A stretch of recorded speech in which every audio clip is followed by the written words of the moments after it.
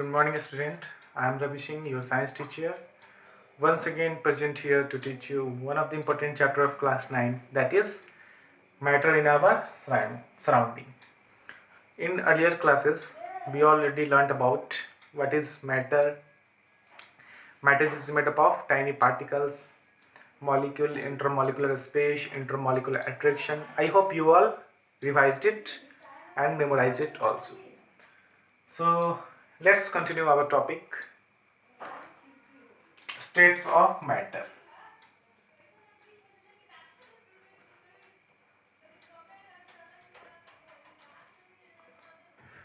Last class में हम लोग पढ़े थे मैटर के स्टेट के बारे में।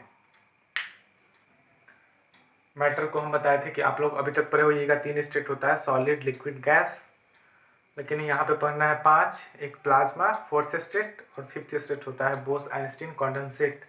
इसके बारे में आपको ज़्यादा नहीं पता होगा, लेकिन हम लोग पढ़ेंगे। अब जानेंगे 9th में क्या होता है, इसका यूज क्या होता है आयनाइजेशन वगैरह वगैरह कुछ चीज़ पढ़ेंगे। तो चलिए सबसे पहले हम लोग पढ़ते हैं सॉलिड, लिक्विड और गैस के बारे में।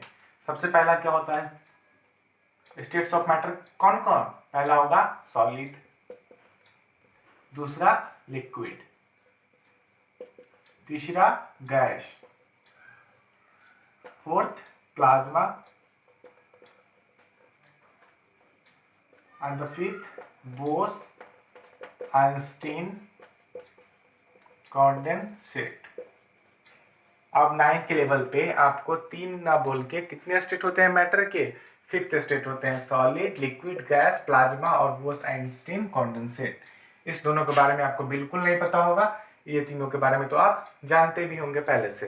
तो नहीं पता है तो हम लोग पढ़ लेंगे क्लास 9th में। इसी अगले कुछ लेक्चर्स में हम लोग इसके बारे में डिटेल में जानेंगे। चलिए अभी हम लोग बारी बारी से जानते हैं, पहले सॉलिड के बारे में, इसका प्रॉपर्टीज, लिक्विड, गैस के बारे में। ठीक है, तो सबसे पहला हमारा क्या है? Solid.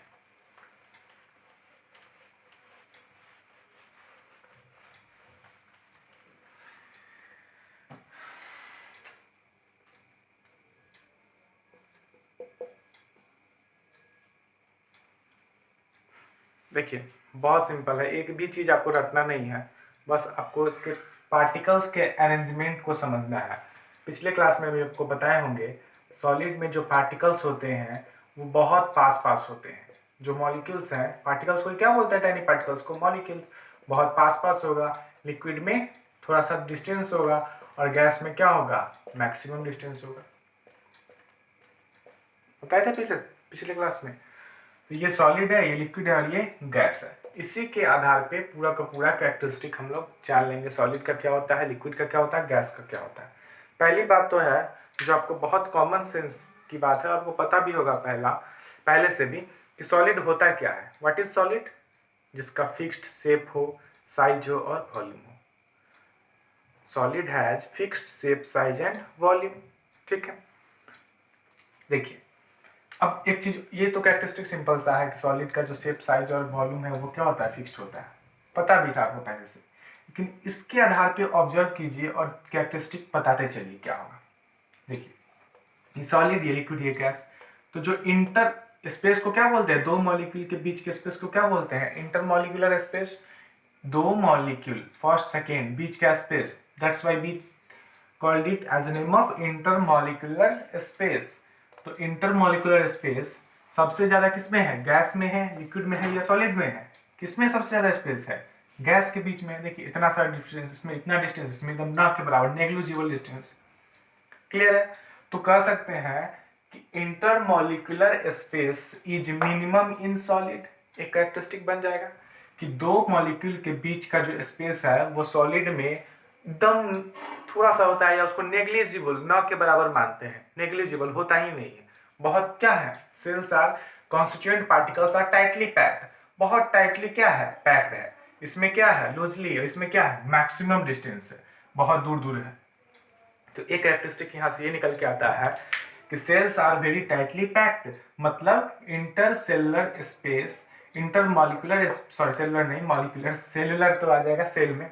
Intermolecular space is negligible. किसमें? सॉलिड में। इसमें क्या होगा? इससे ज्यादा, इससे कम। तो ऐसे चीजों को बोलते हैं इंटरमीडिएट। क्या बोलते हैं, इंटरमीडिएट। ऐसे बोल सकते हैं इस चीजों को। या तो दो तरीका है हमारे पास लिखने का, इंटर सेलुलर, सॉरी बार बार सेलुलर बुला जा, intermolecular space is maximum than solid and intermolecular space is greater than solid but lesser than gas. या तो उतना लिखिए और नहीं तो एक वर्ड में लिख ले इंटरमीडिएट। इंटरमीडिएट मतलब क्या होता है, बीच वाला, बीच वाला, इससे ज्यादा इससे कम। ऐसा समझ में। तो चलिए लिखते हैं सॉलिड का कैरेक्टरिस्टिक। पहला कैरेक्टरिस्टिक क्या होगा, it has fixed shape size and volume. Solid का जो शेप साइज और वॉल्यूम होता है वो क्या होता है, फिक्स होता है। एज एग्जांपल मार्कर देखिए, इसका शेप, इसका साइज, इसका वॉल्यूम सब कुछ फिक्स नजर आ रहा है ना। लेकिन यही चीज अगर पानी में देखेंगे, लिक्विड में देखेंगे, तो लिक्विड 1 लीटर ले लो तो वॉल्यूम तो 1 लीटर ही होगा। इसको आप प्लेट में डाल दो तो उसका शेप ले लेगा, कटोरा में डाल दो तो उसका शेप ले लेगा, बाल्टी में डाल दो तो उसका शेप ले लेगा।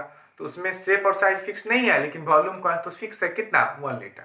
बट सॉलिड में शेप साइज और वॉल्यूम क्या है, सब फिक्स्ड है। इस मार्कर को यहाँ रखो, पानी में रखो, कहीं भी रखो, तो शेप साइज वॉल्यूम चेंज होगा नहीं होगा। क्लियर है पहला पॉइंट। दूसरा, अभी अभी हम लोग पढ़े, inter molecular space is negligible. जो स्पेस दिखाई पड़ रहा है उसको न के बराबर मानते हैं, होता ही नहीं है। नेग्लिजिबल मतलब होता है न के बराबर, एकदम इतना कम होता है कि उसको निगेटिव लेके चलते हैं, होता ही नहीं है। तो सेकेंड पॉइंट क्या होगा, inter molecular space is negligible. Intermolecular space is negligible.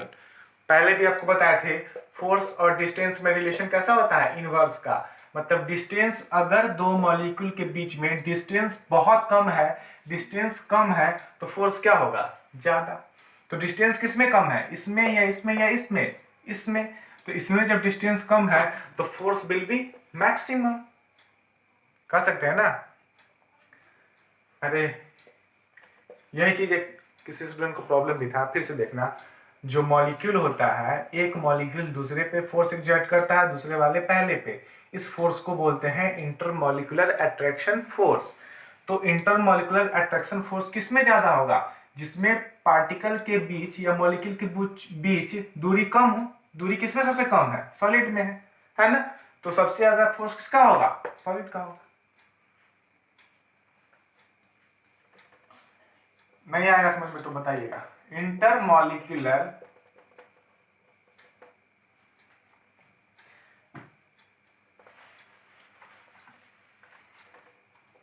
Attraction force maximum in solid. Intermolecular attraction force maximum in solid सबसे ज्यादा किसमें होगा, सॉलिड में होगा। अगर कोई पूछ दे आपसे वाई रीजन, तो आपको रीजन भी बता सकते हैं, because the distance between two molecule is minimum and we know the relation between force and distance is inversely. It means if we reduce the distance between two molecules, then the force will be increase. आया ना समझ में। चलिए, I hope कि समझ में आ रहा हो। अगला, अब देखिए बहुत सिंपल है, कुछ नहीं है। सॉलिड लिक्विड गैस लेना है, ठीक है। इस मार्कर को ले लो और इसको दबाओ, दबेगा नहीं दबेगा, नहीं दबेगा नॉर्मली, वो अलग बात है कि उसको, अब हम इंसान हैं, क्या है हाथ से ना दबाएंगे, मशीन ले आके इसको दबाएंगे तो दब जाएगा वो। लेकिन अपने आईक्यू का यहाँ पे यूज नहीं करना है। नॉर्मली सॉलिड को दबाएंगे तो दबेगा नहीं दबेगा। पानी को ले लो दबाओ तो दबेगा, इससे तो आसानी से दब जाएगा। और गैस को क्या है, गैस को दबाना तो आसानी से, देखो इधर उधर कर रहे हैं, दबा रहे हैं, इधर उधर कर रहे हैं तो क्या कर रहे हैं, गैस को तो दबा ही रहे हैं। मतलब सॉलिड को हम दबा ही नहीं सकते। मतलब ना दबने वाला को क्या बोलते हैं, ऐसा चीज जो दबे ना दबे उसको क्या बोलते हैं, इनकम्प्रेसिबल। जिसको दबाया ना जा सके उसको क्या बोलते हैं, इनकम्प्रेसिबल। तो सॉलिड को बोल सकते हैं इनकम्प्रेसिबल है, इसको आसानी से हम दबा नहीं सकते हैं। लिक्विड को दबा सकते हैं, इंटरमीडिएट। और गैस को तो बहुत ही आसानी से दबा सकते हैं, देखो दबा दिए, आप भी दबा सकते हैं। एक कैरेक्टरिस्टिक क्या हो गया, this is solid is incompressible, इसको दबाया नहीं जा सकता है।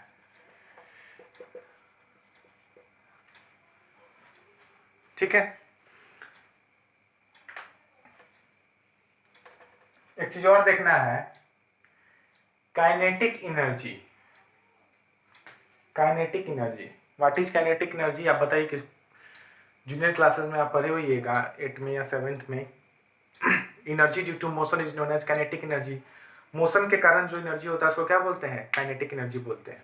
आपको अभी भी हम लोग पिछले क्लासेस में पढ़ाए थे कि पार्टिकल्स का एक कैरेक्टरिस्टिक होता है कि पार्टिकल्स हमेशा कॉन्टिन्यूस मोशन में होता है, जो हमको विजिबल नहीं होता है लेकिन मोशन में हमेशा होगा ना। तो देखो, जब दूरी ज़्यादा होगा तो दोनों के बीच में फोर्स क्या होगा, कम होगा। फोर्स कम होगा तो ये तो आसानी से इधर उधर घूमेगा, ये वाला कभी यहाँ चला जाएगा, कभी यहाँ चला जाएगा, कभी यहाँ चला जाएगा। ये वाला आसानी से, इसके जो मॉलिक्यूल है ये आसानी से इधर उधर क्यों मूव कर रहे हैं, क्योंकि फोर्स दोनों में कम है। ये क्या करेगा, ये भी मूव करेगा लेकिन इसमें इससे कम करेगा, क्योंकि इसका फोर्स क्या होगा, इससे ज्यादा होगा, क्योंकि इसका डिस्टेंस इसके कंपेरिजन में कम है। इतना ना कंपेयर कर रहे हैं कि आप लोग कंफ्यूज नहीं होइएगा, ठीक है ना।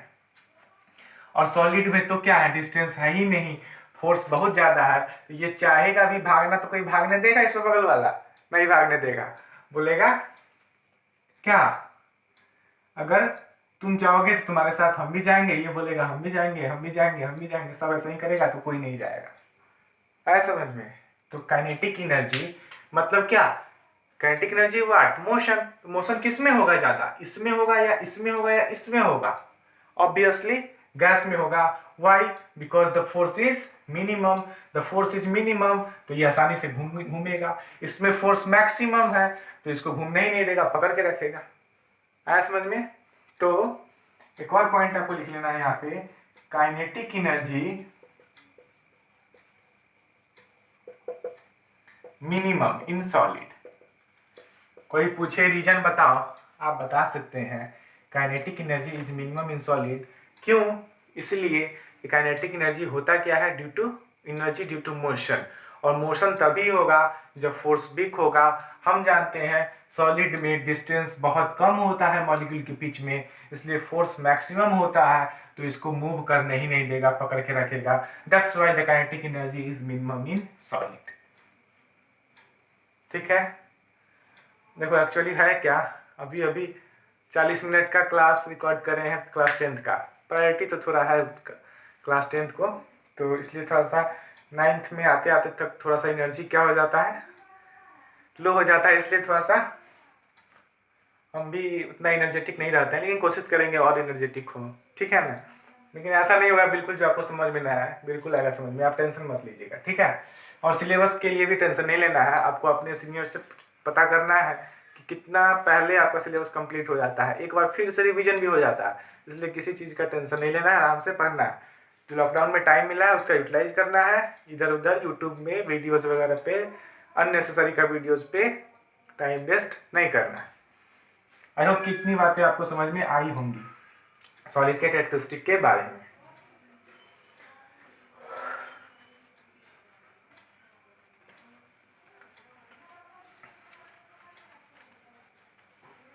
एक और पॉइंट इसमें इंपॉर्टेंट है,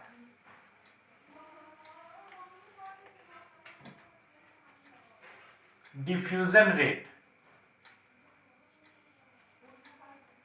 is minimum in solid, minimum in solid. अब डिफ्यूजन रेट क्या होता है, देखो डिफ्यूजन मतलब होता है किसी पार्टिकल्स का इंटरमिक्सिंग, दो पार्टिकल्स का इंटरमिक्सिंग, मतलब वो उसको हम स्टैंडर्ड वर्ड में बोले तो बहुत कॉम्प्लेक्स होगा, सिंपल समझाते हैं। आप कोई आया, कोई यहाँ पे परफ्यूम स्प्रे करो तो 2 मिनट के अंदर क्या होगा, पीछे क्लास तक भी क्या होगा, क्लास में सबसे पीछे तक उसका क्या होगा, सेंट जो है चला जाएगा। क्यों चला जाएगा, क्योंकि स्प्रे कहाँ किए हैं, कहाँ किए हैं स्प्रे, गैस में किए हैं, एटमॉस्फेयर में क्या है, गैस है, और गैस का पार्टिकल्स तो हमेशा मोशन में होता है, तो मोशन में ज़्यादा होता है, इसलिए तुरंत यहाँ से उसको लेके चला जाएगा कहाँ, वहाँ तक। लेकिन कोई वही चीज़ ले आके सॉलिड में अगर करे, मान लो कि रेलवे स्टेशन पे चले जाओ, रेलवे ट्रैक पे, वहाँ पे परफ्यूम ट्रैक पे डाला, और 1 किलोमीटर दूर चले जाना, 10 मीटर दूर चले जाना, और ट्रैक पे कोई अपना क्या करेगा ना, वहाँ पे उसको स्मेल करके देखना, वहाँ पे कोई आएगा परफ्यूम? नहीं आएगा। क्यों? क्योंकि सॉलिड है, सॉलिड है तो पार्टिकल्स बहुत पास पास हैं, और पास पास है तो क्या है, फोर्स ज़्यादा है, फोर्स ज़्यादा है तो मूव करेगा नहीं, मूव नहीं करेगा तो डिफ्यूजन बहुत दूर तक पॉसिबल है ही नहीं। बट गैस के केस में फोर्स सेम चीज़ है, सेम कॉन्सेप्ट बाबा रिपीट हो रहा है ना, वही चीज़, सेम यही चीज़ जो है क्या होगा गैस के फॉर्म में, गैस में सेम चीज़ क्या होगा, फोर्स तो बहुत कम है क्योंकि दूरी ज़्यादा है तो पार्टिकल मूव करेगा, तो यहाँ पे स्प्रे कीजिए, इसको ले आके कहाँ को पहुँचा देगा, बहुत दूर पहुँचा देगा। क्यों? क्योंकि डिफ्यूजन रेट उसमें क्या होगा, ज़्यादा होगा, because the force is minimum and the kinetic energy is maximum. Same concept repeats. I hope कि इतनी बातें आपको समझ में आई होंगी। अब देखिए, लिक्विड में कुछ भी नया नहीं होगा, सब कुछ यही होगा। एक चीज होगा कि उसमें फिक्स्ड वॉल्यूम तो होता है, लेकिन चलो चलो लिक्विड का खत्म कर देते हैं, लिक्विड का कुछ नहीं, मेन यही था इंपॉर्टेंट पॉइंट, ठीक है। और भी कैरेक्टरिस्टिक होगा लेकिन उतना इंपॉर्टेंट है नहीं। लिक्विड के बारे में पढ़ते हैं। तो अभी बताया ना लिक्विड में क्या होता है,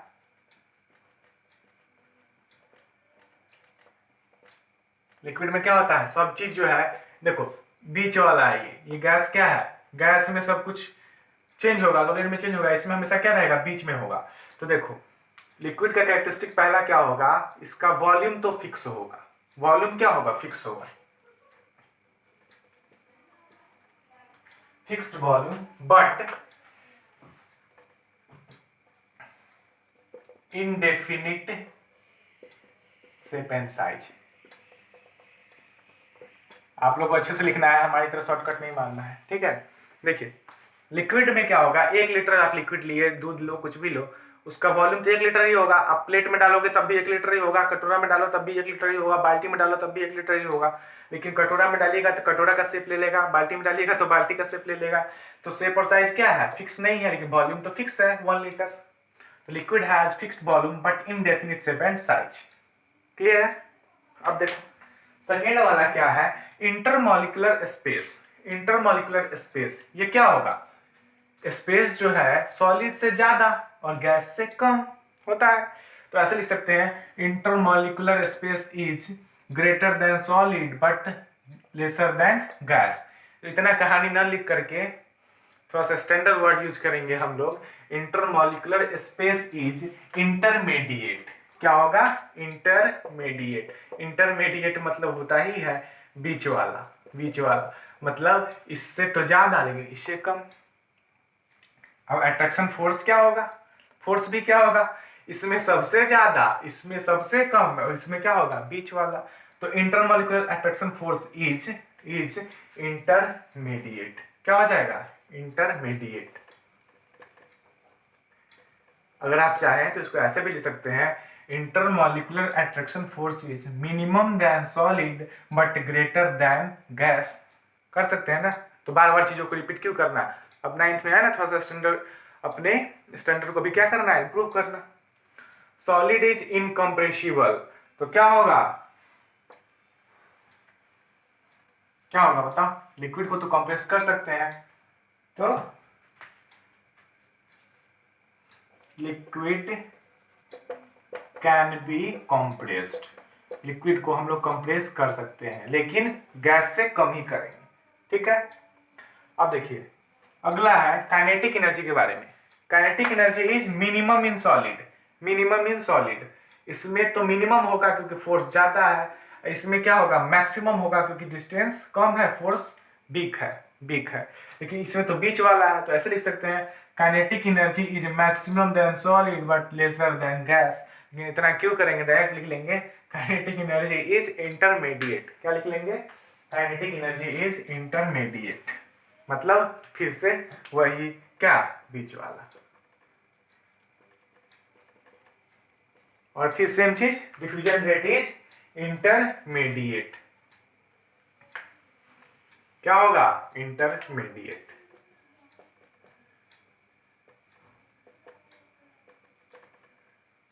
ठीक है।